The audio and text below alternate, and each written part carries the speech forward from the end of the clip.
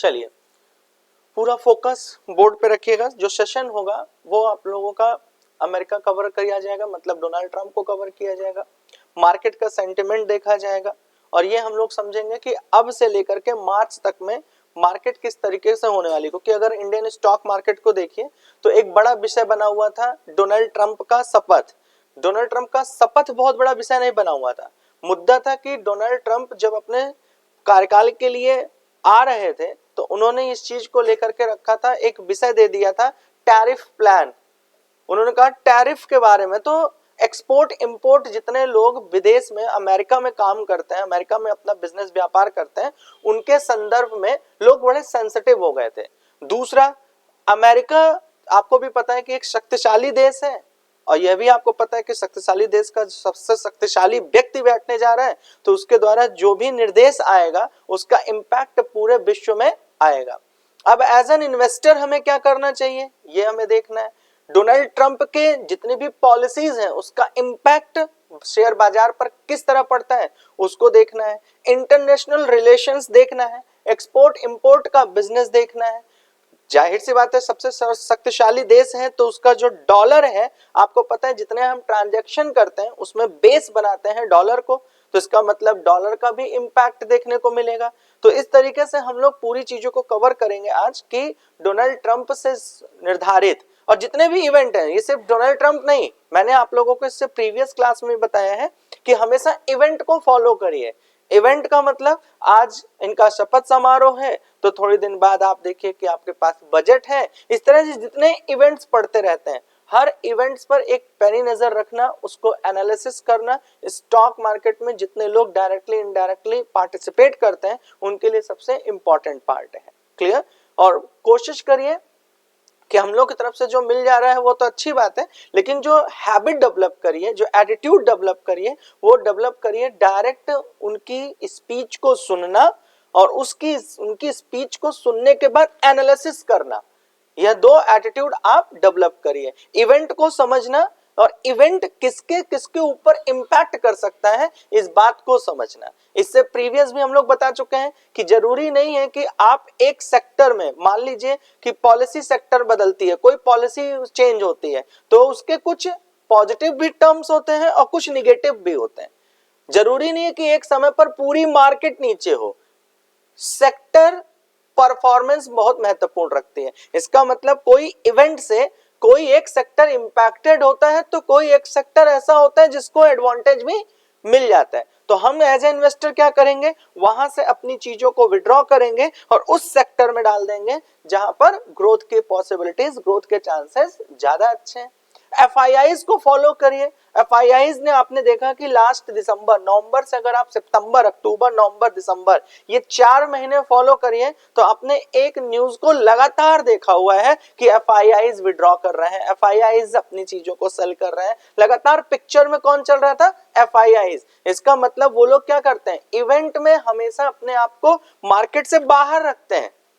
इसका मतलब अगर हम उनके एटीट्यूड को फॉलो करें तो हम भी जब मार्केट की सिचुएशन खराब लगे तो हम भी अपने आप को एग्जिट पोजीशन पे रखें, और जब मार्केट गिरावट के साथ अपने सपोर्ट लाइन पे आ जाए और जब एफआईआईज बाई करने लग जाए तो हमें सेंटिमेंट पता चल गया कि इसका मतलब एफआईआईज बाई कर रहे हैं, मार्केट पॉजिटिव मोमेंटम दे सकता है, तो आप उन्हीं के साथ उन्हीं का दोस्त बन जाइए। तो ओवरऑल पिक्चर को समझाने का मतलब यह था कि आप लोग इवेंट को बहुत पॉजिटिवली ट्रीट करिए, इवेंट से संदर्भित सारी चीजों को एनालिसिस करिए जो आपको हेल्प करेगा आगे के सारी चीजों को समझने में। तो यहां पे हम लोग बात कर रहे हैं Donald Trump as the 47th president, मतलब 47वें प्रेसिडेंट के रूप में डोनाल्ड ट्रंप के बारे में हम लोग यहां पर चर्चा करने जा रहे हैं।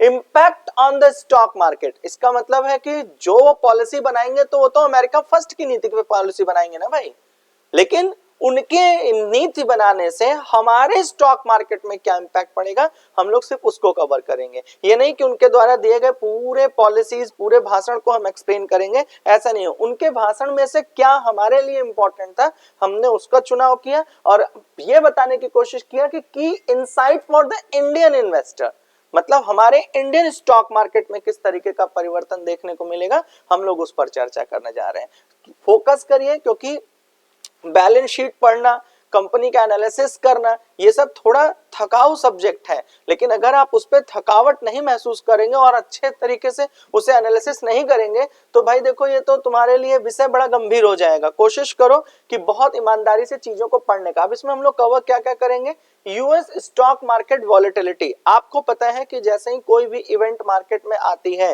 मार्केट का वॉलेटिलिटी रेट बढ़ जाता है। वॉलेटिलिटी का मतलब मार्केट की चलन बढ़ जाती है, क्योंकि तेजी से लोग विड्रॉ मारते हैं, कुछ लोग अपने आप को मार्केट से एग्जिट करते हैं और कुछ लोग मार्केट में पार्टिसिपेट करते हैं उनकी संभावनाओं को कैश करने के लिए।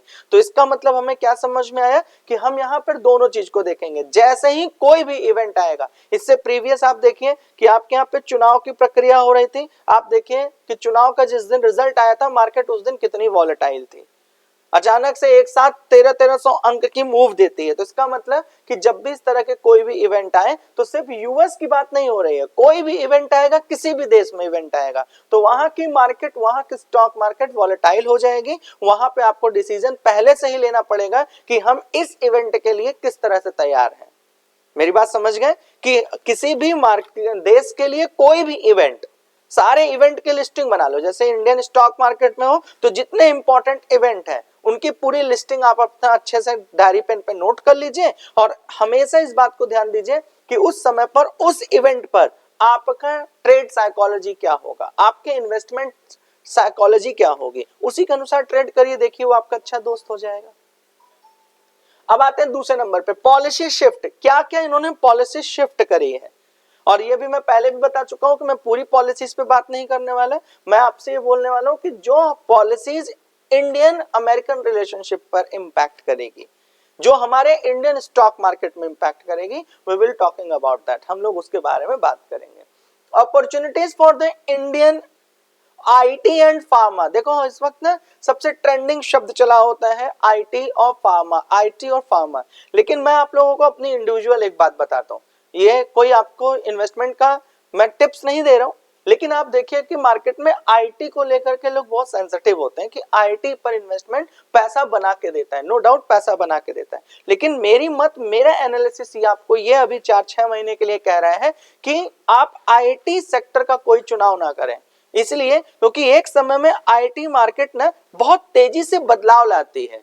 बदलाव मतलब अभी कोई आईटी का कोई काम चल रहा है, थोड़ी दिन बाद ही देखेंगे आप उसमें अपग्रेडेशन आ जाता है। तो इतनी तेज उसमें फास्ट फॉरवर्डेड है कि वहां पर किसी कंपनी को सस्टेन करने के लिए थोड़े से समस्याएं हो जाती है। तो कोशिश करिएगा आप लोग कि आईटी सेक्टर से अभी 4-6 महीने दूर रहने का। अब आपके दिमाग में आ रहा है तो फिर किस सेक्टर में हम और अच्छा करें ना, तो आप फार्मा सेक्टर में अच्छा कर सकते हैं, आप डिफेंस सेक्टर में और अच्छा कर सकते हैं। तो फार्मा हो गया, डिफेंस हो गया, आप व्हीकल सेक्टर में, ईवी सेक्टर में बहुत अच्छा कर सकते हैं। तो ओवरऑल इस तरीके से अभी हम लोग आगे भी डिस्कशन करेंगे कि किस किस सेक्टर में हम लोग को काम करना चाहिए। नेक्स्ट है डॉलर की स्ट्रेंथ, मतलब डॉलर और रुपीस में किस प्रकार का मुकाबला है। तो जाहिर सी बात है, अभी आप देख रहे हैं न्यूज के माध्यम से, आपको पता है कि जो हमारा रुपीस है वो डॉलर के मुकाबले कमजोर है।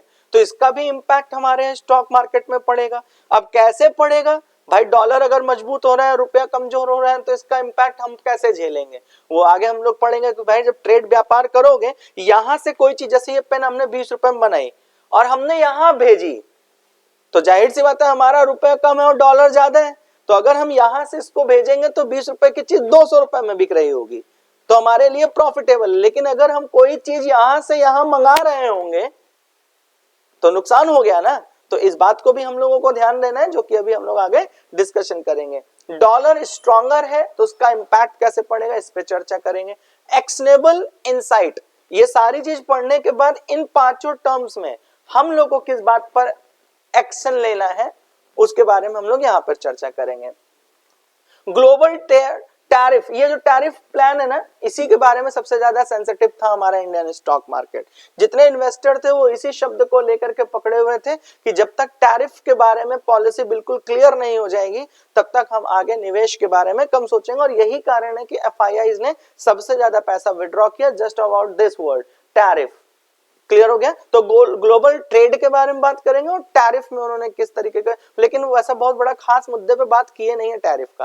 खाली उन्होंने ये कहा है कि हम अपनी इकोनॉमी को मजबूत करने के लिए टैरिफ को एक्सरसाइज करेंगे। इतना ही कह के निकल गए, बहुत वाइड उस पर चर्चा नहीं की है, ये बताने की कोशिश नहीं की कि किस किस सेक्टर में किस किस तरह का टैरिफ प्लान रहेगा, क्या बदलाव किए जाएंगे, ऐसा बहुत लंबा कोई चर्चा नहीं की है। लेकिन अगर चर्चा करते तो आपने देखा होगा इंडियन स्टॉक मार्केट में कि अमेरिका के इस इवेंट का बहुत बड़ा इंपैक्ट नहीं पड़ा। क्यों नहीं पड़ा? क्योंकि जिसका इंतजार लोग कर रहे थे उस पर उनकी किसी प्रकार की कोई चर्चा थी ही नहीं। तो इसलिए अभी भी ये सस्पेंस का विषय बना हुआ है। आप लोग ये सोच करके मत सोचे कि मार्केट पॉजिटिव हो गई, और ना मार्केट अभी 1-1.5-2 महीने पॉजिटिव होने वाली है। क्यों? क्योंकि उन्होंने टैरिफ पर किसी प्रकार का कोई वाइड पिक्चर क्लियर किया नहीं, और जब पिक्चर नहीं क्लियर किया तो जाहिर सी बात है कि अभी भी सस्पेंस एज इट इज बरकरार है। तो आपको क्या करना है, मार्केट की हाई कंडीशन को अभी भी समझ के चलना है कि अभी भी मार्केट अपने सपोर्ट पर नहीं है। क्लियर हो गया? लेकिन अगर वहीं थोड़ा सा और ऐड ऑन कर देते हैं आपको, वहीं अगर आप निफ्टी 50 और बैंक निफ्टी में कंपैरिजन करेंगे तो बैंक निफ्टी ने अपना लोअर लगा दिया है। मतलब बैंक निफ्टी को गिर के जहां से सपोर्ट लेना चाहिए था उन्होंने अपना लोअर सपोर्ट लगा दिया है। इसका मतलब बैंक निफ्टी तैयार है पॉजिटिव साइन के लिए। क्यों? क्योंकि अब इधर से अगर बैंक निफ्टी चढ़ेगी तो थोड़ा थोड़ा करते हुए वो चढ़ती चली जाएगी, क्योंकि बैंक निफ्टी ने अपना लोअर सपोर्ट छू लिया है। लेकिन अगर हम निफ्टी 50 की बात करें तो निफ्टी 50 अभी अपने लोअर सपोर्ट पर नहीं आई है। तो इसका मतलब अभी निफ्टी 50 में हमारे पास और बड़ी गिरावट है, जो एनालिसिस से पता चल रहा है। अब ये नहीं कि आप इसको कोई ऐसा टिप समझ लें।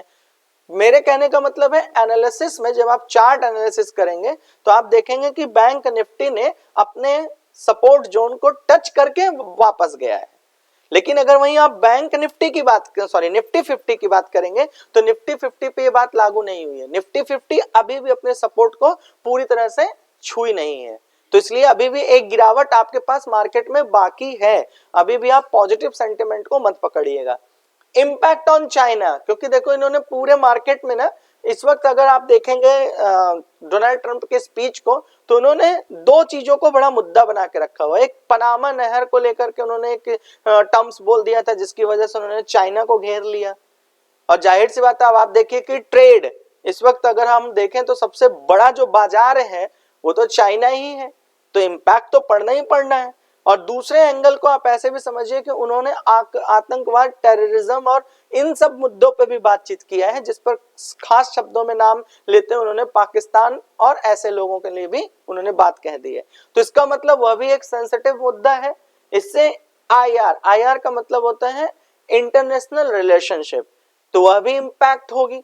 तो यह भी देखने का विषय है कि वो अपनी पॉलिसीज में इन दोनों तीनों देशों को ध्यान में रखते हुए क्या कहते हैं। उसी में इन्होंने एक पॉलिटिकल बहुत अच्छा सा वर्ड यूज किया है। उन्होंने कहा कि हम थर्ड वर्ल्ड वॉर को रोक देंगे।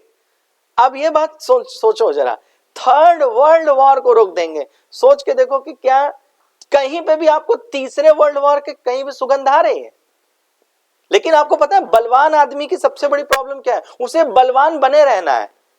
तो उन्होंने क्या कह के पूरे विश्व को बता दिया कि तीसरे विश्व युद्ध होने की संभावनाएं हैं या हो सकता था, लेकिन हम रोक देंगे। अब ये बात समझ नहीं आ रही कि कहीं पूरे विश्व में तीसरा युद्ध की तो कोई संभावना है नहीं। हर देश एक लेवल पे मैच्योर हो चुका है, पहले की तरह थोड़ी ना था। अब तो हर देश इस बात को समझ गया है कि भाई युद्ध नीति बहुत महत्वपूर्ण नहीं है। लेकिन उसी में इन्होंने ये बात बोलकर ये बता दिया नाटो देश को, यूक्रेन को, रसिया को। देखो फिर एक उन्होंने एंगल दे दिया कि हम युद्ध के खिलाफ हैं। अब युद्ध के खिलाफ होते ही अब आप समझो फिर दो एक उन्होंने पॉलिटिक्स डाल दी। पॉलिटिक्स क्या डाल दी? अब बात को समझो। उधर यूक्रेन को नाटो देश और अमेरिका से सपोर्ट चाहिए और इन्होंने कह दिया मैं युद्ध विराम चाहता हूं।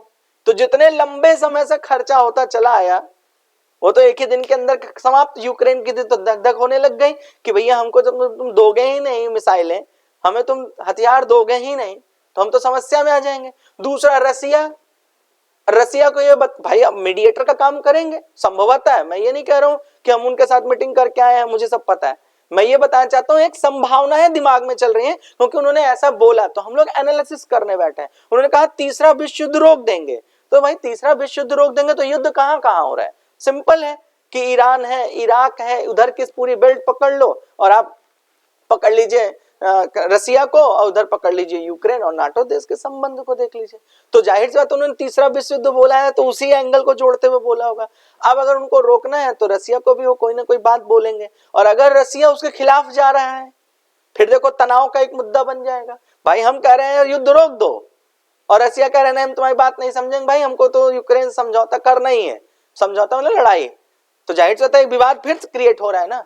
और द यूक्रेन इनसे हथियार मांगने को, तो कहीं ना कहीं एक पॉलिटिकल इन्होंने टर्म्स और अच्छा दे दिया है मार्केट में, जिस पर एक अच्छी खासी मार्केट में डिबेट होगी, और यह भविष्य निर्धारित करेगा कि अगर इसी तरीके से तनाव रहा तो मार्केट में और बेहतर गिरावट देखने को मिलेगी। लेकिन इंडियन इन्वेस्टर मेरी बात को पढ़े खूबसूरत तरीके से समझें, बहुत एनालिसिस करते समय जब आप पढ़ाई करते हैं ना तो उस लेवल पे आपका ब्रेन ना थोड़े कुछ डेटा देता है, कुछ मैच्योरिटी देता है। अब उसको समझो, मैं आप लोगों को क्या सिखाना चाहता हूं, इसको थोड़ा पकड़ना। अगर हम अपने इंडियन स्टॉक मार्केट की रेंज देखें, किसी को भी पकड़ लो, सेंसेक्स पकड़ लो, निफ्टी 50 पकड़ लो, बैंक निफ्टी पकड़ लो, ओवरऑल बाजार पकड़ लो, कंपनीज पकड़ लो, इसमें आप बहुत सारे नाम ले रखे हैं, सारे कंपनियों का नाम पकड़ लो जो भी आप सेक्टर वाइज डिवीजन में ला लो। एक सपोर्ट लाइन है, एक रेजिस्टेंस लाइन है। आपको पता है कि पहले की अगर हम बात करें, आज से 8 साल 10 साल 12 साल 15 साल पीछे जाए, तो कोई भी एक इवेंट का तुरंत इंपैक्ट पड़ता था, मतलब छींक भी आई तो इंडियन स्टॉक मार्केट धड़धड़ा करके भागो भूत आया। ये एकदम ट्रेंड आप पीछे का उठा के देखिए, इवेंट आया इन्वेस्टर भगे, इवेंट आया इंडियन स्टॉक मार्केट धड़धड़ा करके काम करा, मतलब छींक भी आई तो उसका असर हमारे इंडियन स्टॉक मार्केट में बहुत तेजी से पड़ा। चलो एक तो ये डेटा मैंने दे दिया, अब मैं आपको दूसरा डेटा दे रहा हूं। जितनी बार, अब आप अडानी को देखिए, कितनी बार उनके ऊपर इस तरीके की घटनाएं हुई, लेकिन उसके बावजूद देखिए अचानक से मार्केट में हम और आप रिटेलर इन्वेस्टर, डीआईआईज जो हमारे डोमेस्टिक इन्वेस्टर्स, आप जैसे जितने लोग हैं, वो अपना छोटा छोटा अमाउंट, भाई आपके पास जितना था वो होता, सब लोगों ने मिलकर के देखो फिर से उस मार्केट को थाम दिया, और देखो फिर से अडानी ग्रुप का वो जो चैलेंज फेस कर रहे थे वो नहीं फेस करना पड़ा, फिर मार्केट ने अपने आप को बाउंस बैक दिया और उसी सिचुएशन में ले जाके खड़ा कर दिया। एक तो ये डेटा हो गया। दूसरा डेटा मैं आप लोग को मैच्योर कर रहा हूं, इसको बहुत ईमानदारी सुनना। जितना मार्केट में रूमर्स, देखो ये रूमर्स है, निगेटिविटी है जिसको उड़ाई जा रही है, ये कह के उड़ाई जा रही है कि इंडियन स्टॉक मार्केट में अभी एक भारी गिरावट है। यार एक बात समझो, आंधी आके चली गई, आंधी आने की संभावनाएं होकर चली गई, और मार्केट में आपने एक बहुत बड़ा फॉल नहीं देखा, और जो आज से 5 साल 10 साल 12 साल 14 साल पहले खाली छींकने पे फॉल दिख जाता था, अब तो इवेंट भी हो गया और आप फॉल नहीं देखे, तो अब आप कैसे इंडियन स्टॉक मार्केट से डर रहे हैं, जरा सोचने का विषय है। डेटा अलग छोड़ दो, जो मार्केट में एक रूमर्स बताया जा रहा है वो अलग छोड़ दो, थोड़ा अपना कॉमन सेंस लगा के देखो ना। अपना कॉमन सेंस क्या कह रहे हैं कि सपोर्ट लाइन के इर्द गिर्द भी अभी मार्केट खड़ी नहीं हुई है।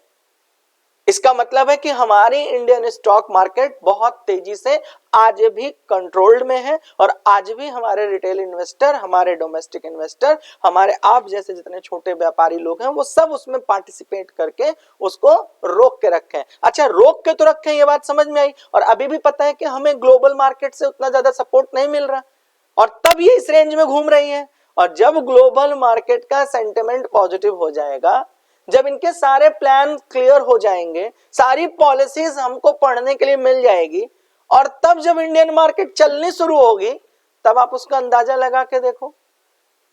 तीसरा लॉजिक, स्टॉक को अलग जाने दो, इन्वेस्टमेंट को अलग जाने दो, बस एक चीज समझो, फर्स्ट मूवर एडवांटेज पकड़ो। फर्स्ट मूवर एडवांटेज दो भाग में बढ़ जाएगा। एक, तुम जिस सेक्टर को पकड़ लिए कि यह सेक्टर मजबूत होने वाला है, आंख बंद करके उसमें अपना निवेश करके चले जाओ, क्योंकि बाजार गिरने से कंपनी में कुछ समय के लिए असर पड़ सकता है, लेकिन अगर सेक्टर मजबूत है तो वो आगे, जैसे अब आपको लगता है ईवी सेक्टर आगे तरक्की करेगा, आपको लगता है ग्रीन, अच्छा इन्होंने एनर्जीज पे भी बहुत अच्छी बात करी है, एनर्जी पे भी इन्होंने कमेंट किया है, तो इसका मतलब अगर हम एनर्जी सेक्टर देखें तो अभी मार्केट गिरावट पे है, एनर्जी सेक्टर अच्छी परफॉर्मेंस में नहीं है, तो हमारे पास अपॉर्चुनिटी क्या है कि हम एनर्जी सेक्टर के पावर सेक्टर को और ज्यादा पकड़ लें, ईवी सेक्टर को और ज्यादा पकड़ लें, डिफेंस सेक्टर को और ज्यादा पकड़ लें, सिक्योर रहना है तो पीएसयू सेक्टर को पकड़ लें। पीएसयू मतलब जो गवर्नमेंट ऑर्गेनाइज्ड बॉडी है, उनमें अपने निवेश को बढ़ा दें। अब हमारा ये कहने का अर्थ क्या है कि हमारा सेविंग भी है और कल की डेट में जब मार्केट वापस चलनी शुरू होगी तो हमें एक अच्छा एडवांटेज भी देकर जाएगी। यहां तक बात बिल्कुल क्लियर है। तो यहां पर मैंने आपको एक सेंटिमेंट बता दिया कि आप अपने इन सेक्टर्स में अच्छी पकड़ बना के चले, अच्छा एनालिसिस करके चले।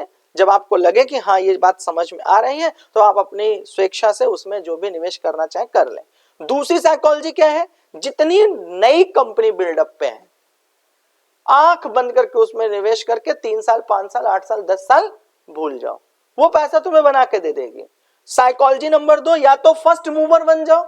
जो कंपनी नई लिस्ट हो रही है, जो कंपनी अच्छे काम करने जा रही है, जिस कंपनी का सेक्टर डेवलपमेंट पे जा रहा है, उसको अपना निवेश कराइए। फर्स्ट मूवर का मतलब ये कि शुरुआती दौर में वो कंपनी अच्छा करके देगी और एक समय बाद आप अपनी एग्जिट लीजिए और आप अपना अच्छा खासा, जैसे अब आप उदाहरण के तहत जब हम लोग इसको एक्सप्लेन करेंगे, अगर आपको जरूरत पड़ेगी तो मैं आपको एग्जांपल के थ्रू कई आपसे कंपनियां दे दूंगा जो कंपनी लॉस में होने के बावजूद भी उनके इन्वेस्टर, उनके फाउंडर अरबपति हो गए, जबकि कंपनी लॉस में है। अब आपके जहन में चलेगा ऐसा कैसे हो सकता है? तो यार देखो, कंपनी लॉस का मतलब होता है कि जब जोमेटो शुरू हुई तो यहां पर थी तो 4,000 करोड़ का काम करती थी, फिर यहां गई तो 8,000 करोड़ का काम करी, यहां गई तो आज तो 1,00,000 करोड़ का काम कर रही है ना। मार्केट कैप तो 1,00,000 करोड़ हुआ ना। तो जितने लोग जिस जिस स्टेज में आ रहे थे वो सब अपने अपने समय पे एग्जिट लेते हुए जा रहे थे। तो इस बात को भैया बहुत ईमानदारी से समझो कि दो ही काम करना, एक जो सेक्टर आपको लगता है कि इंपैक्टेड नहीं है उस पे अपने निवेश को लेकर आओ, और दूसरा जो आपको कंपनी लगती है अभी स्क्रैच लेवल पे तैयार हो रही है लेकिन उसमें ताकत है, उसमें निवेश करके चले जाओ। ऑयल एंड एनर्जी पॉलिसीज, आपको पता है कि ऑयल इस वक्त अगर आप देखिए क्रूड ऑयल के बारे में तो बाजार गिरा हुआ है, तो जाहिर सी बात है उसका इंपैक्ट भी पड़ रहा है। क्यों? ऑयल पे आपको नजर रखने की आवश्यकता क्यों है? क्योंकि आपको पता है कि हमारा जो देश भारत है वह इन जैसी कंट्रीज से तेल लेता है, तो उधर डॉलर बढ़ गया, इधर पैसा कमजोर है, तो हम तो नुकसान में जाएंगे ना। तो हम यहां ऑयल की वजह से नुकसान में चलेंगे, तो ऑयल पर भी नजर आप लोगों को रखनी पड़ती है, ऑयल पर भी आप लोग को अच्छा खासा काम करके रखना पड़ता है। ऑयल के बाद है आपकी एनर्जी पॉलिसी।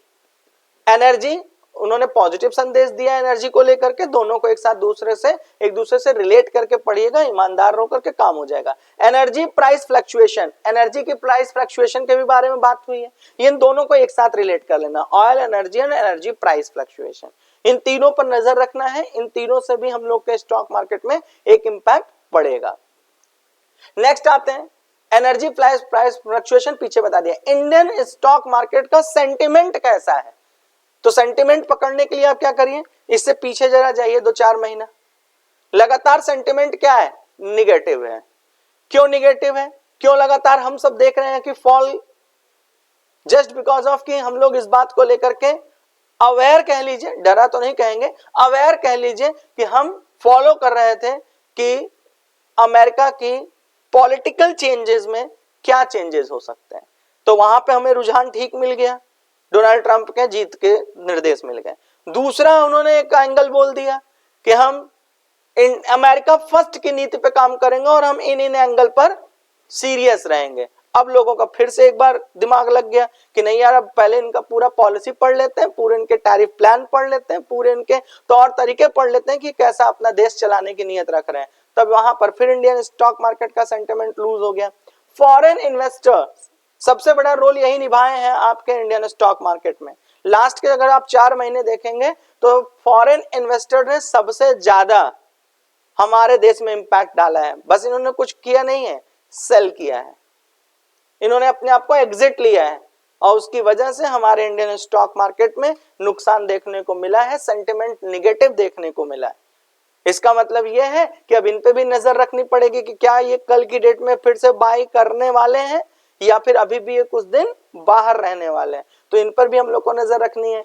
की सेक्टर टू वॉच, लगातार अभी तो बातों में मैंने बहुत सारे सेक्टर्स के बारे में बता भी दिया है और वहां पे थोड़ा वाइड भी चर्चा कर देंगे कि किन सेक्टरों पर बहुत ज्यादा हमें सीरियस रहना है। अगर हम लॉन्ग टर्म पर हैं तो हमारे को क्या स्ट्रैटेजी बनानी है, अगर हम शॉर्ट टर्म पे हैं तो हमें क्या स्ट्रैटेजी बनानी है ना।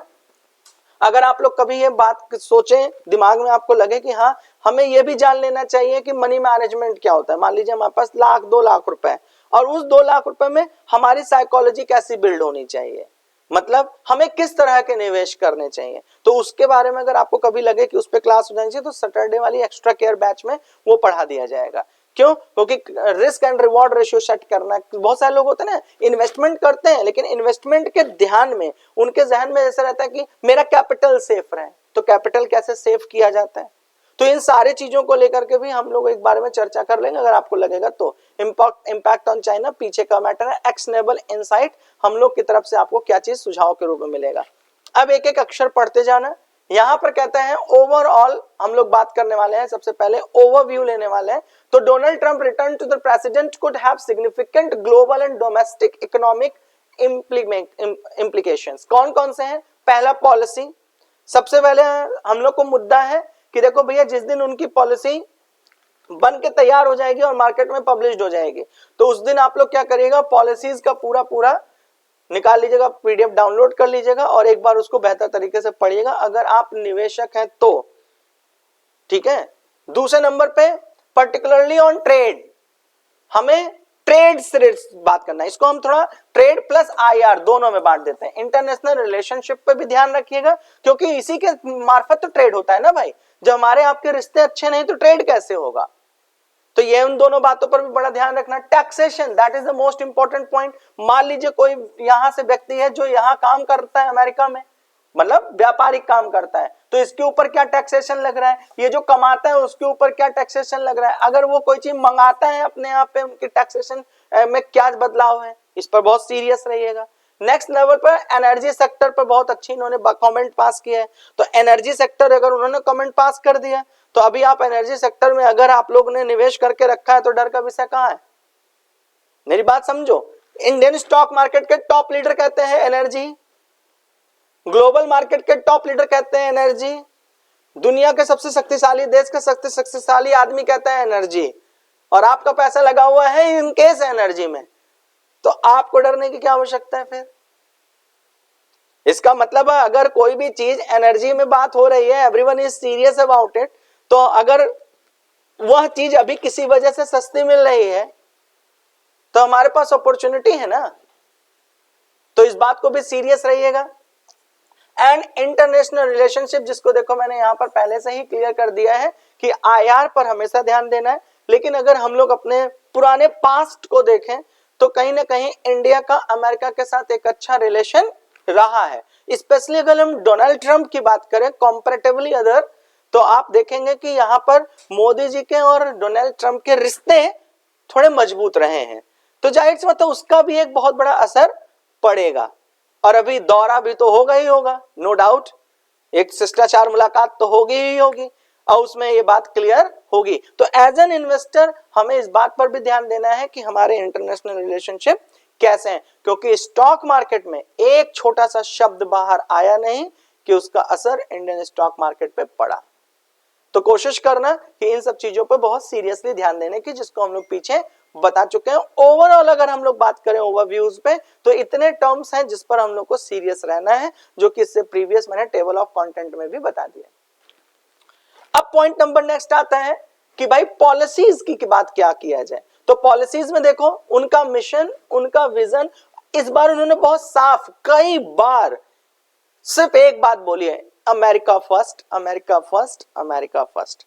इसका मतलब अमेरिका फर्स्ट बनाने के लिए वो टैरिफ ला रहे हैं, पॉलिसीज में चेंजेस ला रहे हैं, वीजा पर एक्सरसाइज कर रहे हैं। उनका कहना है हमारे देश में आ करके काम कर करके मत ले जाओ पैसा, तुम लोग अपने देश में रहो, हमारे देश के लोगों को काम करने का मौका दो, उनका कैपिटल इनकम बढ़े, उनके पास ज्यादा पैसा है। अब देखो इसमें जैसे ये बात बोला जाएगा तो जितने लोगों का सपना यहाँ से इंजीनियरिंग बड़े बड़े कॉलेजेस से पढ़ करके विदेश जाने का है, अचानक से देखो इम्पैक्ट आया। उन्होंने कई देशों का नाम लेकर के बोला कि हमको यहाँ के नागरिक नहीं चाहिए। आप लोगों ने न्यूज पढ़ा होगा, उन्होंने साफ शब्दों में यह कहा कि हमारे यहाँ पर इस तरह की घुसपैठ अब नहीं चल पाएगी और कई लोगों को हम देश से बाहर करने की योजना बना रहे हैं। इतना बोलते ही, अच्छा इतना बोलते ही बाहर करने की योजना बना रहे हैं, उतने में तो हिल जाएगा ना चीजें। अब वो बना रहे हैं तो इसका मतलब हम लोगों को ये बात देखना है कि उनकी पॉलिसी किस बात पे। तो ओवरऑल जो मैंने उनके लेक्चर को समझा तो मैं ये समझ पाया कि उनका एक ही काम है इस वर्ष में, अमेरिका फर्स्ट। अमेरिका फर्स्ट बनाने के लिए अगर उनको लगता है कि हमारा देश का पैसा बाहर जा रहा है, वो उसको रोक देंगे। बाहर के लोग हमारे यहाँ पे आके ज्यादा काम करके पैसा ले जा रहे हैं, वो उसको रोक देंगे। हमारे देश की कंपनी बाहर काम कर रही है, उस देश के लोग उस पर ज्यादा टैरिफ लगा रहे हैं।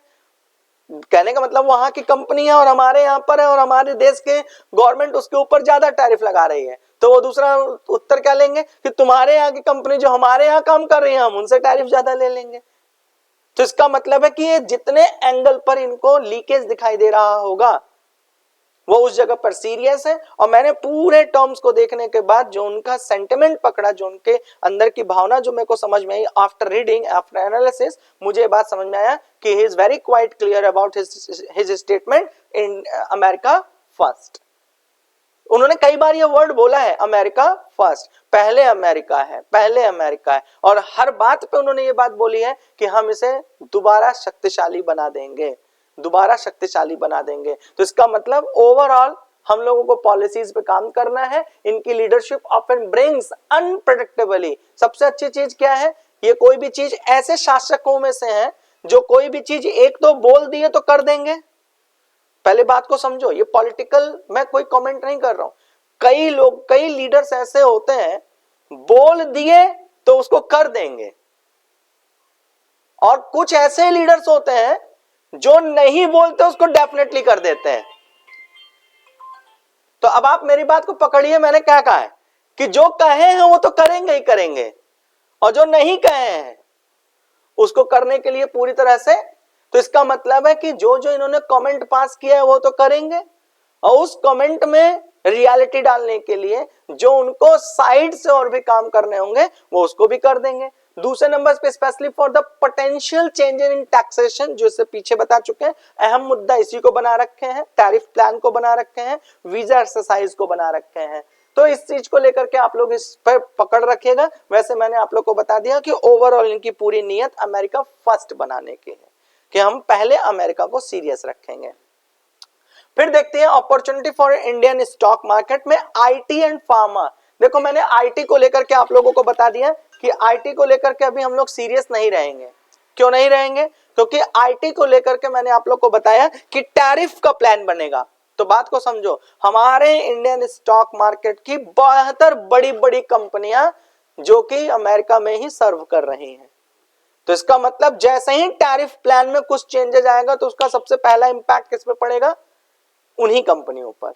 जैसे टीसीएस वही काम कर रही है, इन्फोसिस वही काम, जितनी आप कंपनियों का बात करेंगे वो क्या कर रहे हैं, वहां सर्व कर रहे हैं। और इन्होंने अगर थोड़ा भी अपने टैरिफ प्लान में, टैक्सेशन में और इस तरह की गतिविधियां जो अब तक हम लोग डिस्कस कर चुके हैं उस पर कोई भी काम किया तो उसका सीधा इंपैक्ट आईटी पे नहीं पड़ जाएगा। ये कोई रॉकेट साइंस थोड़ा ना पढ़ा रहे हैं, बस लॉजिकल बात बता रहे हैं कि लॉजिक से सीखो, लॉजिकल ब्रेन लगाओ।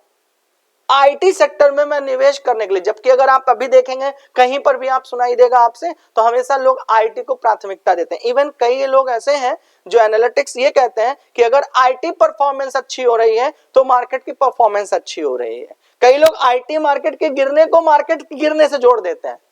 तो मैंने इसीलिए आपको कहा कि यह बहुत पावरफुल वर्ड होता है आईटी। तो अभी मैं आईटी से आप लोगों को 3-4 महीने की गैप बनाने के लिए बोलने का मुख्य बिंदु है कि जैसे ही अपनी पॉलिसी, टैरिफ, टैक्सेशन के प्लान को एक्सरसाइज किए तो उसका इंपैक्ट सीधा सीधा आईटी सेक्टर्स पर पड़ जाएगा, क्योंकि सबसे ज्यादा number of company IT sector की ही है जो कि बाहर काम कर रही हैं। तो उसका इंपैक्ट हम लोग को देखने को मिलेगा। लेकिन फार्मा सेक्टर में आप इस बात को समझिएगा, इसका उल्टा है। फार्मा में हम लोग यहां से चीजें भेज रहे हैं, तो इसलिए आप क्या करिए, फार्मा सेक्टर पर भी अपनी नजर रख सकते हैं, क्योंकि इसी का जस्ट ये उल्टा काम कर रहा है। ये वहां से फार्मा में मंगा नहीं रहा है, यहां से कुछ चीजें भेज रहा है।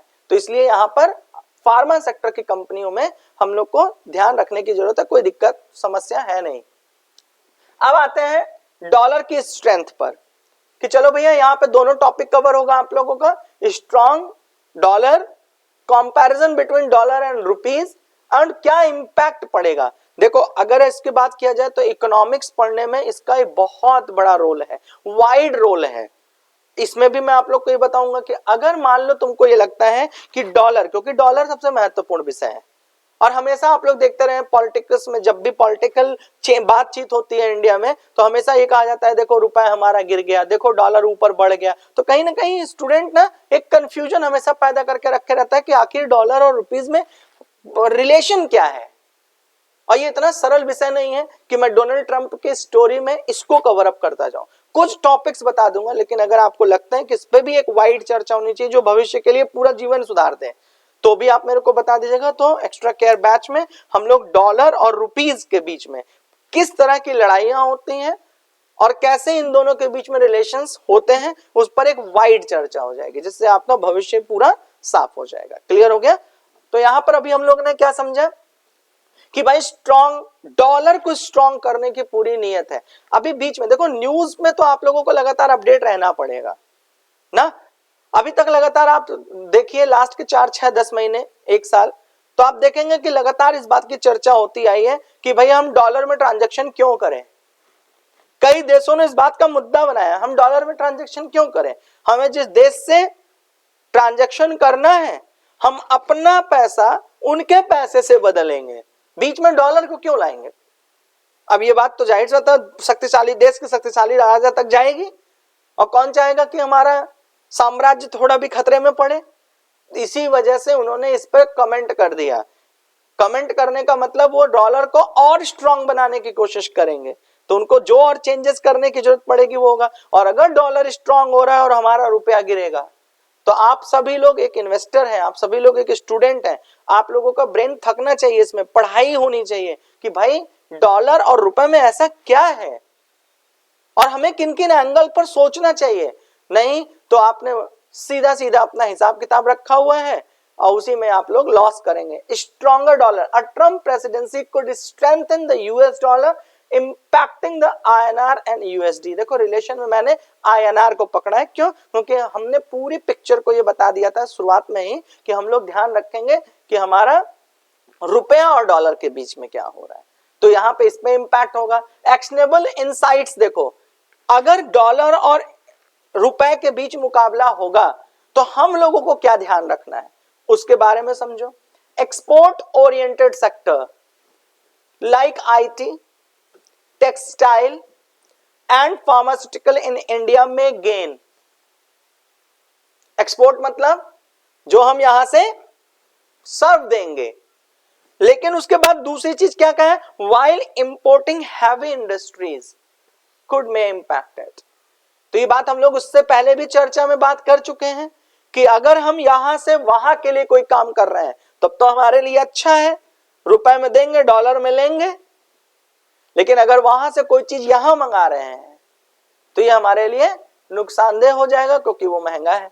Impacted on the Indian rupees, depreciation, सबसे बड़ा कॉस्ट हम क्या झेलेंगे, डिप्रेशिएशन। आप याद होगा बैलेंस शीट पढ़ने में हम लोग डिप्रेशिएशन की एक चर्चा कर चुके हैं, हर कंपनी में कर चुके हैं, तो जाहिर सी बात है यहाँ पे भी डिप्रेशिएशन कॉस्ट आएगा जो कि हमको रुपए पे लगेगा। यहाँ पे कहा गया stronger dollar often leads the weaker rupees, कमजोर पैसे को, due to the increase demand of USD and global market. अगर डॉलर मजबूत हुआ और रुपए कमजोर हुआ तो इसका हमें एक नेगेटिव इंपैक्ट देखने को मिलेगा। तो यहां पर भी हम लोग को सीरियस रहना है। एक्शनेबल इनसाइट, लगातार चर्चा में हम लोग ये बात कर चुके हैं कि हम लोग को किन किन जगहों पे सीरियस रहना है। Focus on export oriented stock, तो इसका मतलब अभी अगर हम लोग 3-4 महीने देखें तो हम लोग को कौन से स्टॉक्स पकड़ने हैं जो कि स्टॉक्स क्या करते हो, एक्सपोर्ट्स में काम करते हो, उन स्टॉक्स पे हम थोड़ा सीरियस रह सकते हैं। मॉनिटरिंग क्रूड ऑयल प्राइसेस, आपको पता है इससे प्रीवियस में पढ़ाते समय टेबल ऑफ कंटेंट में बताया था कि इस बात को लेकर के हमेशा सीरियस रहना कि ऑयल प्राइस में फ्लक्चुएशन इंडियन स्टॉक मार्केट के बहुत सारी कंपनियों में एक इंपैक्ट डालता है। अब देखो सुनने में तो लगा कि ठीक है सर ऑयल पर हम सीरियस रहेंगे, अब मान लो स्टोरी अच्छी लगी कि हाँ ऑयल पे हम सीरियस रहेंगे, अब मान लो ऑयल का पैसा गिर ही गया, मान लो ऑयल कि प्राइस में कुछ फ्लक्चुएशन हुआ, और जब स्टूडेंट का ब्रेन डेवलप्ड ही नहीं है कि ऑयल वहां बढ़ेगा और घटेगा तो उसका इंपैक्ट हम पे कैसे आएगा, तो ये तो भाई ऐसी वाली बात हो जाएगी कि बस खाली सपनों का किला बनेगा ये। क्यों? क्योंकि आपने पढ़ तो लिया ऑयल फ्लक्चुएशन, बट आपको ये जानना नहीं पड़ेगा क्या कि ऑयल वहां फ्लक्चुएट होगा तो उसका इंपैक्ट हम कैसे झेलेंगे। एक उदाहरण से आपका ब्रेन शार्प कर दे रहे हैं, बाकी ये सब चीज मुद्दा है पढ़ाई करने का, वास्ट डिस्कशन करने का। तो कोशिश करिएगा इन सब चीजों को नोट आउट कर लीजिए, और अगर भविष्य में इस पर एक अच्छी डिस्कशन चाहिए होगा तो मुझे बताइएगा, तो यहाँ पर हम लोग डिस्कशन किया जाएगा उस पर, जिससे ब्रेन थोड़ा सोचना सीख जाए। तो यहाँ पे ऑयल को लेकर चलो एक कमेंट बताते हैं। मान लो पेट्रोलियम, पेट्रोल, ऑयल, कच्चा तेल वहां पर हमने खरीदा। अगर हम कच्चा तेल महंगा खरीदे, वहां से वो आएगी रिफाइनरी में, प्रोसेस बनेगा, फिर वहां से उसको अलग अलग पार्ट्स में तोड़ लिया जाएगा। सारे प्रोसेस को कंप्लीट करते हुए फिर वो ट्रांसपोर्टेशन के थ्रू पेट्रोल में आ जाएगा, फिर हम अपनी गाड़ी ले जाकर के वहां तेल डलवा लेंगे। लेकिन उसके पीछे जरा पेट्रोल पंप से क्रूड ऑयल तक जाओ, क्या हर एक सेक्टर की डिपेंडेंसी उस पर नहीं बनी हुई है? पेट्रोल का मालिक, पेट्रोल पंप का जो मालिक है, 90 रुपए की चीज 91 रुपए करता है, तो कैसे करता है? इसके पीछे की सप्लाई चेन को देखिए। क्लियर हुआ? चलो एक वैसलीन देखते हैं, वैसलीन, पेंट देखते हैं, जेली देखते हैं, ये सारे का रॉ मटेरियल पेट्रोलियम है। तो इसका मतलब अगर वहां पे पेट्रोल महंगा हुआ, थोड़ा सा इस चीज को सीरियसली पढ़ो भैया, दिमाग पर जोर नहीं डालोगे तो पहले भी कमजोर था फिर कमजोर रह जाएगा। समझो, मान लो कि हम 5 रुपए में वैसलीन का डिब्बा लिया करते थे और यहां पे हमें 1 रुपए का पेट्रोलियम मिला करता था, बड़ा सिंपल कर दे रहे हैं, और क्रूड ऑयल जो मिला करता था वो 0.6 पैसे में मिला करता था। यहां तक ठीक हो गया। और इसके बीच में सारे प्रोसेस थे, फिर रिफाइनरी गई, रिफाइनरी से यहाँ आ गया, फिर सारे कच्चे तेल को सब अलग अलग भाग में तोड़ा गया, फिर वहां से ट्रांसपोर्टेशन के थ्रू, ऐसे करते हुए सब लोग, सारे प्रोसेस यहां तक है। लास्ट आउटकम यह है कि 5 रुपए में हमको क्या मिल जाया करता था? वैसलीन। यहां तक तो ठीक हो गया। अब आपको लग रहा है क्रूड ऑयल से क्या ही लेना देना है? अब लेना देना समझो, अगर यहां पर यह हो गया 1 रुपया, फिर सारे कॉस्ट जोड़ते चले जाओ, और अंत में किसके ऊपर इंपैक्ट पड़ गया? जो वैसलीन बना रहा होगा। अब इसके पास 2 चैलेंज, 5 रुपए की चीज 7 रुपए में कर दें, तो राजीव जी कहेंगे धोखा हो गया। गांव का आदमी क्या कह के हट जाएगा? महंगाई सबको मार डालेगी। साफ हो गया मुद्दा। दूसरा, अब ये इनके पास चैलेंज आ गया कंपनी के पास कि 5 रुपए की चीज भाई 5 रुपए में करे रहो, तो अब ये क्या करेंगे? या तो ये डिब्बा उतना ही रहने देंगे और इसके अंदर की क्वांटिटी को, भाई 2 ही चीज कर सकते हैं, या तो क्वांटिटी कम कर देंगे या तो प्राइस हाइप कर देंगे। इसका मतलब बताओ, क्या वैसलीन ने 5 रुपए से 7 रुपए करके 2 रुपए मार्जिन कमाया, या ये जो लॉस है इसको भरपाई किया? लॉस को भरपाई किया ना। लेकिन अगर यही कंपनी यही चीज 0.6 पैसे में पाती और 5 रुपए से 7 रुपए कर देती, तो कंपनी मजबूत हो जाती, कंपनी का बैलेंस शीट मजबूत हो जाता, प्रॉफिटेबिलिटी बढ़ जाती। लेकिन यहां पर ये जो 5 रुपए से 7 रुपए हुआ है, ये इसलिए नहीं हुआ है, ये इसलिए हुआ है क्योंकि यहां पर क्रूड ऑयल ने इंपैक्ट डाल दिया। अब समझे? देखो, पॉलिटिक्स में मत जाओ कि लोग चिल्ला रहे हैं कि पेट्रोल का दाम महंगा हो। यार पेट्रोल का दाम महंगा हो ना, देखो हम लोगों को बेवकूफ बनाया जाता है क्योंकि शिक्षा की कमी है। ये पॉलिटिकल मुद्दा थोड़ी ना है, लेकिन हर लोग इसको भुनाए रहते हैं। क्यों कह रहे होते हैं? क्योंकि अब आप देखिए, पढ़ रहे हैं, क्रूड ऑयल विदेश में हो रहा है, जो उत्पादन उसका बढ़ा रहा है, वो हम लोग को एक पैसे में यहां दे रहा है और हम लोग यहां से उस पैसे में खरीद रहे हैं। अरे भाई 2 ही तो मुद्दा है। अगर वो चीज वहां 1 रुपए में मिल रही है तो आपकी गवर्नमेंट चाहे किसी की भी हो, कितने रुपए में खरीदेगी? 1 ही रुपए में खरीदेगी ना।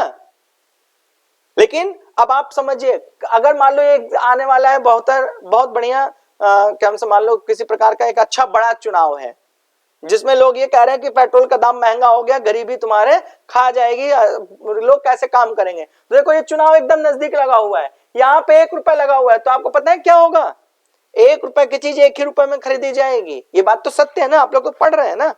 लेकिन फिर गवर्नमेंट क्या करेगी, क्योंकि आपको पता है कि 5 रुपए से 7 रुपए अगर वैसलीन हुआ था तो ग्राहक ने क्या कहा था, तो उसी तरीके से जब 100 रुपए का पेट्रोल 104 रुपए में हो जाएगा तो ग्राहक क्या कहेगा।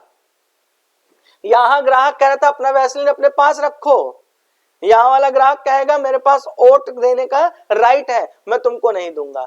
अब गवर्नमेंट हिलेगी, प्रॉब्लम आएगी। देखो क्यों मुद्दा बनाया जाता है, मैं उसकी बात कर रहा हूं। स्टॉक मार्केट में है आप, जब तक इस लेवल पर आपकी थिंकिंग नहीं जाएगी तब तक आप भेड़ चाल ही चल रहे हो। शॉर्टकट ही है कि कहीं से कोई कंपनी का नाम मिल जाए, हम पट्टे से उसको लुटेंगे। थोड़ा सा सीरियस रहिए।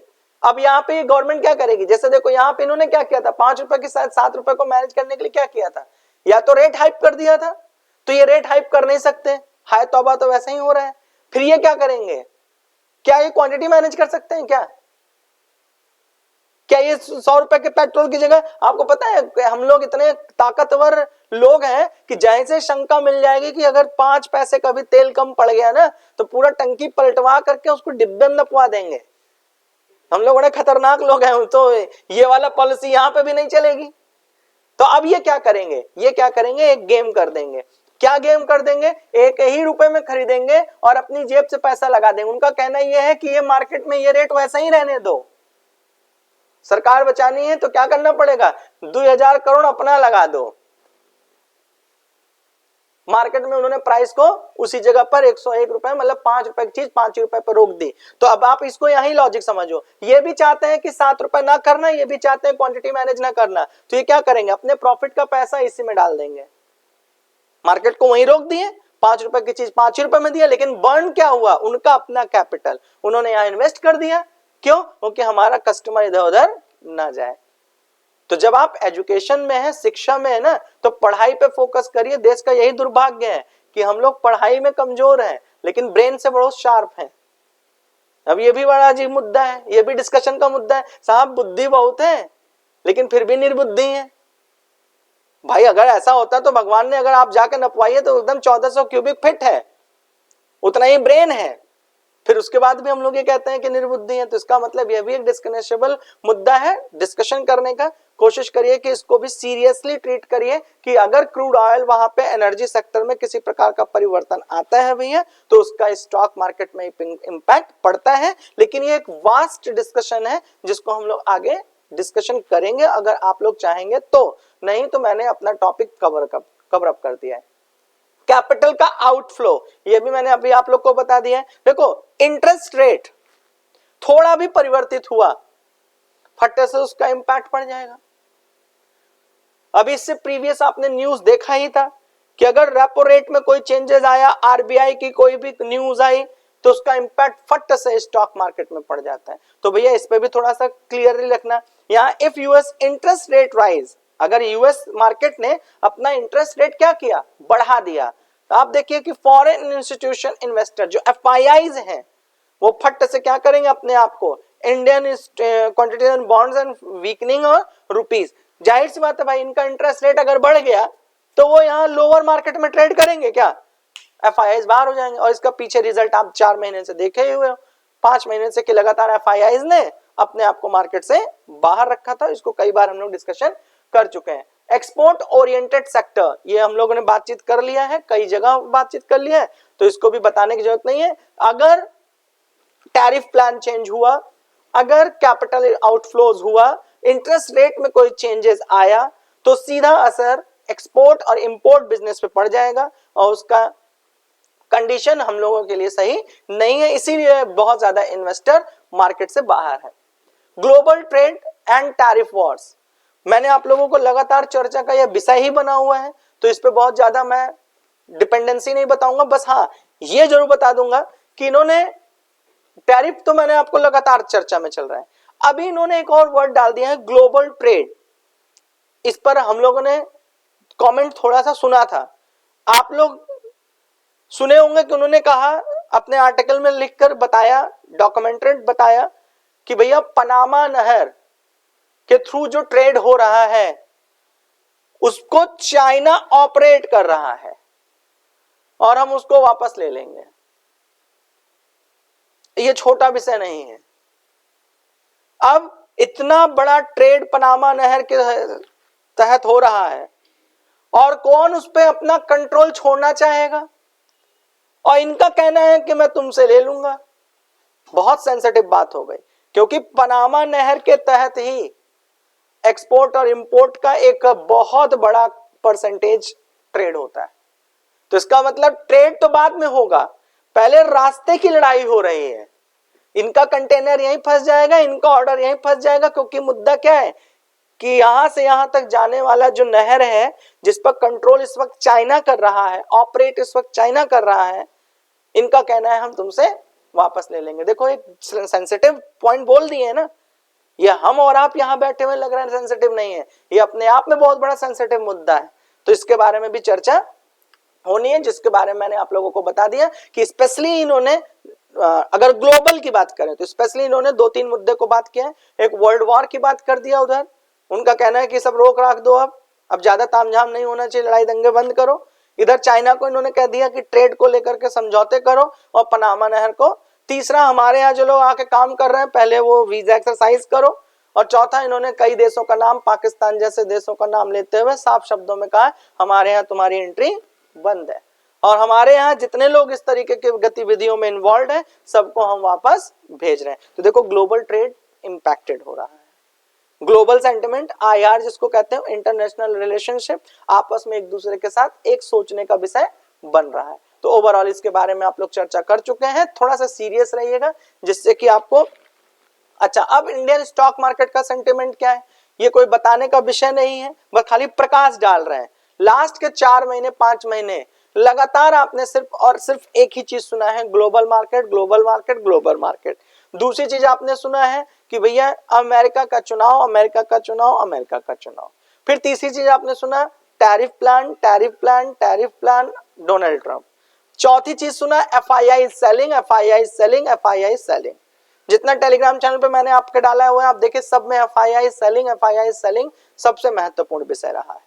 तो इसका मतलब इन चारों फैक्टर की वजह से इंडियन स्टॉक मार्केट में एक निगेटिव सेंटिमेंट बना हुआ था। लेकिन उसके बावजूद भी अगर आपने पूरी चीजों को बहुत ईमानदारी से सुना है तो मैंने आपको कहा था कि दिख रहा है गिरावट, लेकिन गौर से देखो वो गिरावट नहीं है, क्योंकि पहले छींक देने पर मार्केट गिर जाया करती थी, आज लहर आकर के चली गई और वह अपने सपोर्ट लाइन पर भी नहीं पहुंची। गिरावट का मतलब क्या होता है, बड़े ध्यान से समझो। आज से 6 महीने पहले मार्केट 48,000 पे थी, घूम के 53,000 पर चली गई और अभी घूम करके वो फिर 48,000 पर है। तो आप इसे गिरावट कैसे कह रहे हो भाई? 6 महीने पहले भी आप 48,000 पे थे, 6 महीने के अंदर हम घूमकर 53,000 पे पहुंच गए। मार्केट का सेंटिमेंट थोड़ा कमजोर हुआ, फिर घूमकर 48,000 पे ट्रेड कर रहे हैं, आज फिर हम 50,000 पे आ गए, सारे इवेंट आकर चले गए। तो हम कहां गिरावट देखें? गिरावट तब देखते हैं ना जब आधे लोग को हार्ट अटैक आ जाता, बीमारी आ जाती, न्यूज आ जाने लगते हैं। देखो इसका असर पड़ा था, भर भर के IPOs भी आने लग गए थे। असर तो पड़ रहा था, लेकिन एक ताकत के बारे में बताता हूं जो कि पर्सनल मेरी रिसर्च है। सबसे बड़ा जो इसमें इंडियन स्टॉक मार्केट को रोकने वाला अगर कोई व्यक्ति है तो जो आप सब पढ़ रहे हैं ना, यही लोग हैं। इन्होंने अपना 5-5 हजार रुपए लगा कर, क्यों 2.5% डीमेट अकाउंट आज 4.5% को पार कर रहा है, तो दुगुना रैपिड ग्रोथ आया है ना, 2.5 गुना ग्रोथ आया है ना। तो वो डीमेट अकाउंट खुला तो पैसा कहां गया? बाजार में। और किस बाजार में गया? भारतीय बाजार में गया। उसने उस पूरी गिरावट को कंट्रोल कर लिया और अभी तो यह सिर्फ 4% पे है, 4.5% पे है आप लोग। जिस दिन आप सबका पार्टिसिपेशन और हो गया तो आप पता है इंडियन स्टॉक मार्केट एक अलग बुलंदी की ओर चली जाएगी। तो ओवरऑल जो मुझे लगता है उसके पीछे बहुत बड़ा साइंस नहीं है, एक बहुत छोटा सा लॉजिक है। पार्टिसिपेंट इंडियन स्टॉक मार्केट में युवाओं ने, छोटे तबके से लेकर बड़े तक इन्वेस्टर ने एक अच्छा पॉजिटिव रुझान दिया है और अपना पैसा बाजार में निवेश किया है। इसकी वजह से आपकी इकोनॉमी, आपकी जीडीपी और आपके इंडियन स्टॉक मार्केट पॉजिटिव रही है। मार्केट का रिएक्शन मैंने बता दिया, लगातार इंडियन मार्केट जो एक्सपेक्ट कर रहा था उसके हिसाब से परफॉर्मेंस नहीं थी। दूसरे नंबर पे मॉनेटरी पॉलिसी, पैसे के लेन देन में यूएस डॉलर और यूपीस मैंने आप लोगों को पीछे बता दिया, जिसमें interest rate changes, tariff plan, बहुत सारी चीजें थी। और इंडिया यूएस रिलेशनशिप मैंने इसमें भी बता दिया कि इस पे अभी पूरी तरह से प्रीवियस अगर हम देखें तो रिलेशनशिप अच्छे थे, लेकिन अभी अगर हम देखें तो भाई नई पॉलिसी आ रही है, नए तौर तरीके आ रहे हैं। एक बार मोदी जी को वहां चले जाने दो, एक बार उनसे फिर से व्यवस्थाओं को देख लेने दो, उसके बाद तुम्हारे पिक्चर बहुत साफ हो जाएगा। लेकिन पीछे की हिस्ट्री देखा जाए तो मजबूत था। ठीक है, तो यहां पर आप लोगों को इंडियन स्टॉक मार्केट का सेंटिमेंट मैंने बता दिया कि मार्केट की गिरावट से डरो मत, मार्केट की गिरावट ये नहीं है, ये एक रेंज है जिसमें वो ट्रैवल कर रही है, और जब ये वापस जाएगी तो अच्छे से वापस जाएगी, लेकिन इतनी जल्दी वापस जाने की कंडीशन में नहीं है, यह भी बता दें। तो कोशिश करो कि मजबूती के साथ या तो बने रहो या तो मार्केट से बाहर रहो। अगर उसमें रेड दिखाई दे रहा है और उस रेड को सहने की क्षमता है तब तो बने रहो, और अगर उस रेट को सहने की क्षमता नहीं है तो मार्केट से बाहर रहो। ये साइकोलॉजी की क्लास में पढ़ा दिया जाएगा। की सेक्टर टू वॉच, कौन कौन से सेक्टर पर हमें थोड़ा सा ध्यान दे लेना है उसके बारे में थोड़ी सी हम लोग चर्चा करते हैं। टेक्नोलॉजी मैंने आप लोग को बता दिया, आईटी सेक्टर पर हम लोग को थोड़ा सा सीरियस रहना है। ये अभी इससे प्रीवियस भी मैंने आप लोग को बताया कि इन्होंने अपने वीजा को एक्सरसाइज करने के लिए कह दिया है, तो कोशिश कर रहे हैं कि उनके देश के लोग उन्हीं के देश में ज्यादा काम करें। आपने मोदी जी के भी भाषण में सुना होगा, लगभग ऐसा ही था। वो अभी कुटीर उद्योग के बारे में बात कर रहे थे, वो भी स्टार्टअप इंडिया के बारे में बात कर रहे थे ना। ऐसे वो सारे बात क्यों कर रहे थे? उनका भी यह कहना है कि हमारे देश के लोग अपने ही देश में अपनी एनर्जी को खपाएं, अपने पैसे को खपाएं, अपने समय को खपाएं और देश को विकसित लगाने के लिए सहयोग करें। वैसे ही ये भी अपना काम कर रहे हैं इंडिया फर्स्ट, अमेरिका फर्स्ट की नीति में। फार्मास्यूटिकल कंपनी में एक अपॉर्चुनिटी है जो कि मैं इससे पहले भी डिस्कशन कर चुका हूं। सिर्फ फार्मास्यूटिकल नहीं, आप पीएसयू सेक्टर को भी पकड़ सकते हो, डिफेंस सेक्टर को भी पकड़ सकते हो, एनर्जी सेक्टर को भी आप पकड़ सकते हो। एनर्जी में green energy and power sector को भी आप पकड़ सकते हो, ईवी सेक्टर को आप पकड़ सकते हो। आईटी सेक्टर में उस कंपनी को पकड़ना जो इंडिया में काम करती हो इस वक्त और स्क्रैच लेवल पर काम करती हो, उसको आप पकड़ लेना, आपके पास एक अच्छा ऑप्शन आ जाएगा। डिफेंस भी मैं बता चुका हूं, डिफेंस सेक्टर पर भी एक सीरियस नजर रखिएगा। डिफेंस के सेक्टर की कंपनियां अच्छा ग्रोथ दे सकती हैं, बट मैं आपको ऐसे कोई रिकमेंडेशन नहीं कर रहा हूं। मैं आपको कह रहा हूं कि सेक्टर वाइज अपनी नियत को अच्छा बना के रखिए। जो सेक्टर मैंने बोला है उन सेक्टर की सारी कंपनियों को लिस्ट आउट करिए, थोड़ा सा बाहर निकालिए, उनके पीर कंपैरिजंस करिए, उनकी बैलेंस शीट को पढ़िए और अपना निवेश बना के रखिए। दिक्कत ही कहां है? लॉन्ग टर्म के लिए देखो, लॉन्ग टर्म के लिए इस पर एक बृहद चर्चा हो जाएगी। मैंने इसको बताया कि इन्वेस्टमेंट साइकोलॉजी अगर आपको पढ़ना हो, मनी मैनेजमेंट पढ़ना हो कि हम अपने पैसे को कैसे मैनेज करना सीखें, तो उसके लिए आप मुझे बताइएगा तो एक पूरी क्लास उसमें बेहतर पढ़ाएंगे जिससे कि आप लोग को मजा आ जाएगा। लॉन्ग टर्म कंसीडर कर रहे हो तो इसको समझो, पहला आपका पोर्टफोलियो डाइवर्सिफाई होना चाहिए। डाइवर्सिफाई का मतलब आप अपने पोर्टफोलियो को देखिएगा, आप सभी लोग देखिएगा जितने लोग का पोर्टफोलियो 4 5 6 कंपनियों का है, देखना कि कहीं उसमें ऐसा तो नहीं कि हमारी कंपनी का मेजर स्टॉक जो है एक ही सेक्टर की कंपनी में लगा हुआ है।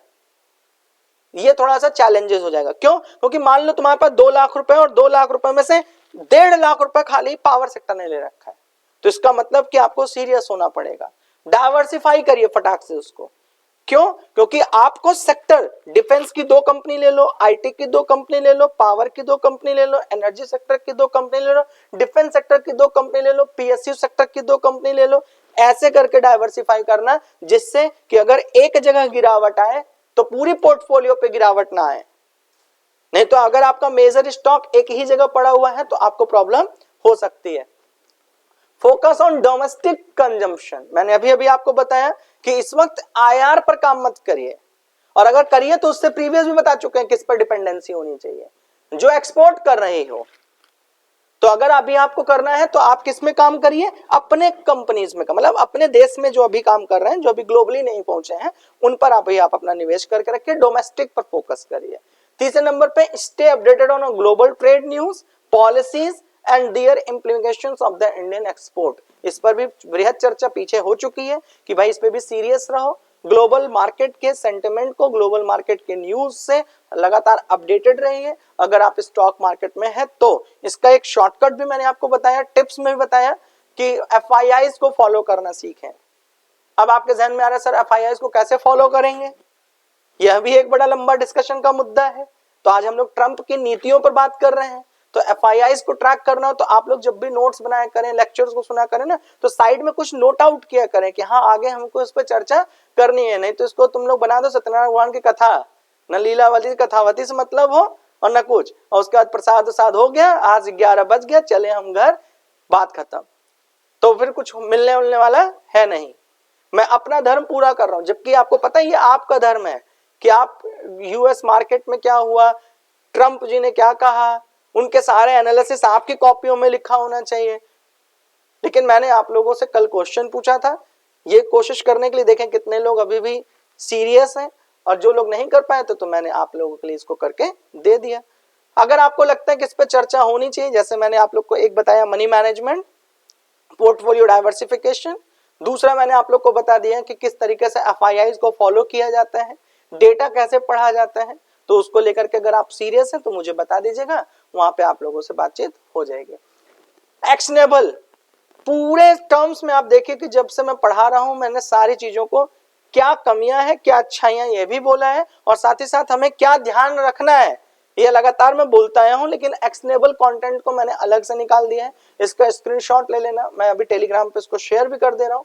तो एक्शनेबल को जो भी कंटेंट लिखे हुए हैं उसको आप लोग अपनी ईमानदारी से पढ़ लीजिएगा, जहां कोई कंफ्यूजन आएगी तो उनसे सीरियसली पूछ लीजिएगा। जैसे Donald Trump presidency could create both opportunities and challenges, मतलब इन्होंने जो मेरा नजरिया रहा है वो ये रहा है कि ये दोनों काम कर रहे हैं, एक चैलेंजेस भी क्रिएट करेंगे। अब भाई किसी को अपने देश से बाहर निकालेंगे तो चैलेंजेस नहीं है, किसी को अपने देश में नहीं आने देंगे तो चैलेंजेस नहीं है, पनामा नहर हम किसी से ले रहे हैं तो चैलेंजेस नहीं है, और दूसरी अपॉर्चुनिटी भी क्रिएट करके देंगे। क्यों? क्योंकि अमेरिका फर्स्ट बनाना है तो अकेले बन जाएंगे क्या, सवाल ही नहीं पैदा होता। तो इस तरीके से आप इन सारे टर्म्स को, ये जो चीज आपके पास शीट्स है उसको पढ़ लीजिएगा, और बाकी कोई कंफ्यूजन हो तो आप मेरे से क्वेश्चन पूछिए। 5 मिनट के अंदर आपके पास टाइम है, इसको समराइज करिए और फिर मेरे से क्वेश्चन पूछिए क्या आप पूछना चाहते हैं।